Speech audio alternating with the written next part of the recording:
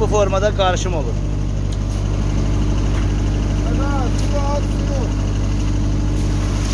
Su atıldı.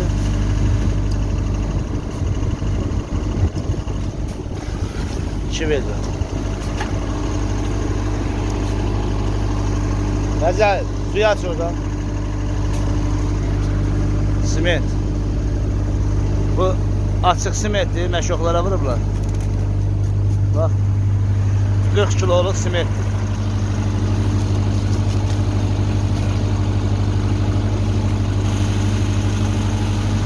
Bu binanın içerisinde yarım simentle 20 kilo simentle vurulma şansımız çoktur. Bu ancak moyka olduğuna göre 40 kilo siment katılır kazana. Kazanın da miktarı 200 kilogramdır. 1 kuba 5 kişide siment katılır. Maşinaya çıkmak için üstüne 1 kişiye 1 kuba 5 kişide siment katılır. Bu şekilde de karışır. Bu şekilde de karışır. Ağzını bağlayır. Gönderdi. Bu qaydada şılangla gelir. Buradan da beton tökülür.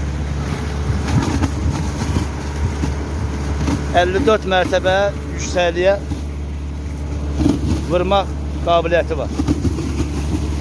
Makinemiz de çok təzə makinədir.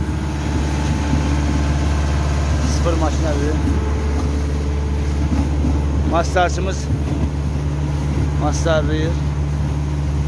Bura biraz eğimli beton olduğu için moykat da. Burada da şilifovka aparatımız var. Birazdan şilifovkalanacak. Səliqəli vəziyyətdə vurulacaq. Betonları qayda tökülür.